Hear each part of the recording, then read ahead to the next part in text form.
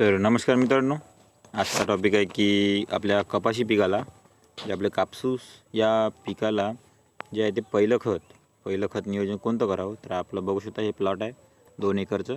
तर आपलं पहिलं खत नियोजन झालेलं आहे. खत टाकून आपल्याला 8 ते 10 दिवस झालेले आहे आणि चांगल्या पद्धतीने खत लागले आहे. तुम्ही बघू शकता ब्रँचिंगसुद्धा कशा पद्धतीने दिसत आहे.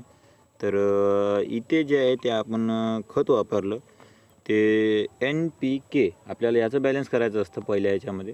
तर सुरुवातीच्या स्टेजमध्ये नत्र आणि स्फुरद या दोनच गोष्टीची जास्त गरज असते. पालाश हे नंतर फुलकडीपासून ते बोंड पकवतेपर्यंत त्याची गरज जास्त असते.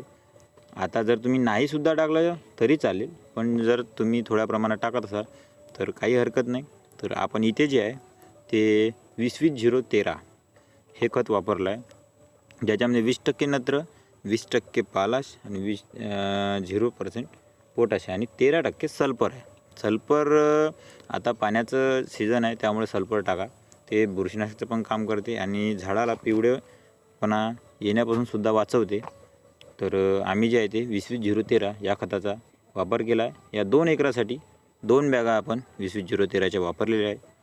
तर याच्या व्यतिरिक्त जर तुम्हाला दुसरं खत वापरायचं असेल तर तुम्ही DAP वापरू शकता 18-46-0. त्याच्यामध्ये सुद्धा 18% नत्र आहे आणि 46% फॉस्फरस आहे, 0% पोटॅश आहे. तर DAP सुद्धा प्लेनमध्ये वापरू शकता किंवा बेस्ट जर खत म्हणाल तर ते आहे 10-26-26. त्याच्यामध्ये तुम्हाला तिन्ही NPK हे तिन्ही घटक मिळून जातील. त्याच्यामध्ये तुम्हाला 10% नत्र, 26% पोटॅश आणि 26% पालाशसुद्धा तिन्ही घटक मिळणार. तर हे एकदम स्टेबल खत आहे आपल्या कपाशी पिकासाठी म्हणा किंवा कोणत्याही पिकाला सुरुवातीला देण्यासाठी. मिरची पिकालासुद्धा तुम्ही 10-26-26चा डोस देऊ शकता.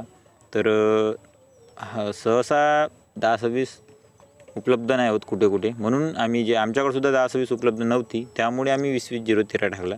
नाहीतर आमचा पण प्लॅन 10-26-26चाच होता.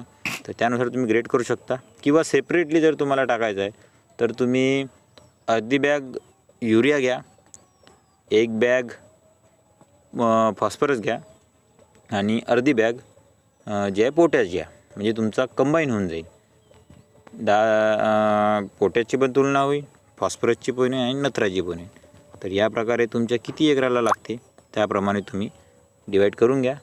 त्या पद्धतीने तुम्ही खत टाकू शकता. तर सांगा प्लॉट कसा आहे पहिल्या डोजमध्ये, याचा समोरचा स्प्रेचा शेड्यूल तुम्हाला समोर येईल.